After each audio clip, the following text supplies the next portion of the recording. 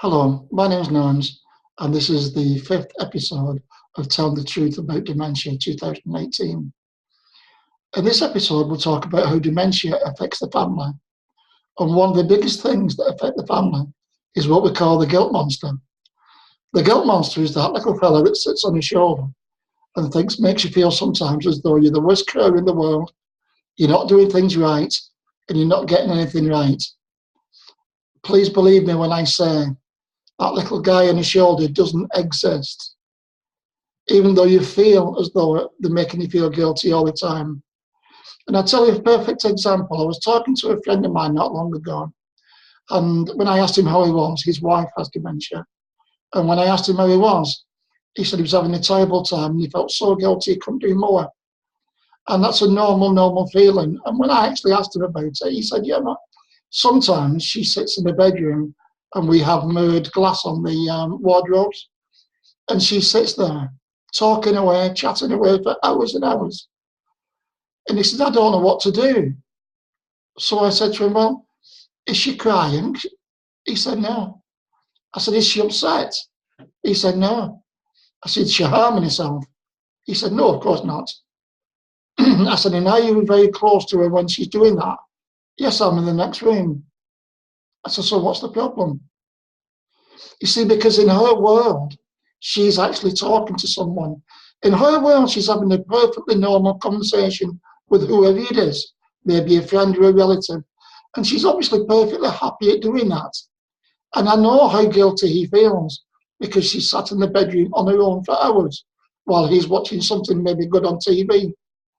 But I tried to explain to him, if he looks at that as like a bit of a break, and if he knows where she is, and she'll know she's happy and safe and chatting away with whoever, then he should enjoy that break and enjoy that time, knowing he's keeping an eye on his wife and also having a bit of a break, watching a bit of TV, doing a bit of reading, or listening to the radio.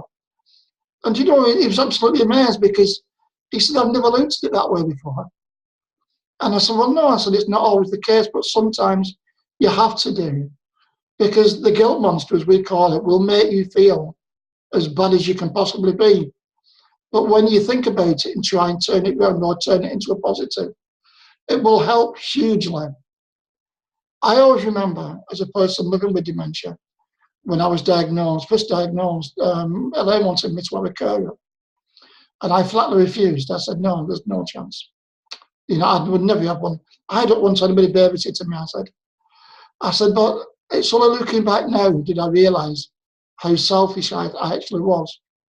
Because all that time I could have had a carer then, Elaine could have been having a rest. And all that time I could have had a carer then, Elaine could have been doing other things. And it wasn't until a few years ago I decided to have a carer. And as you know, now I go fishing with him and I do all sorts of stuff with him.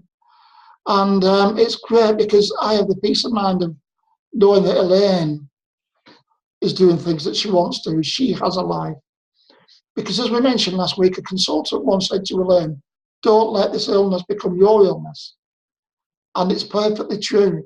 It can become your illness so very quickly. There's so many carers out there thinking, well, how can it not do? And I know it must be so tough, but there are ways. There are ways when you've got a husband and there's memory cafes nearby.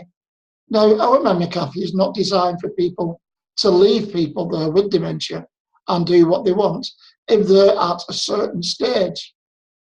But if they're fully capable of sitting there amongst friends, use that memory cafe. You know, make sure they're safe, there'll be volunteers there, and make sure they're okay, you know, and maybe do a bit of shopping for an hour, or pay the bills or whatever. You know, find a way to spend some time for yourselves. Because there's a very old saying that says, if you don't look after yourselves, who's going to look after us? Because you are just as important in this illness as what we are. It's not all about us. It's not all about the people with dementia. It's about you. Some of you guys didn't ask to become carers. It's just landed in your lap. But you do what you do because you're with loved ones. And I know that we'd all do the same in a heartbeat. But please, please try and look after yourself. Please find a way of not letting this illness become your illness. Thank you.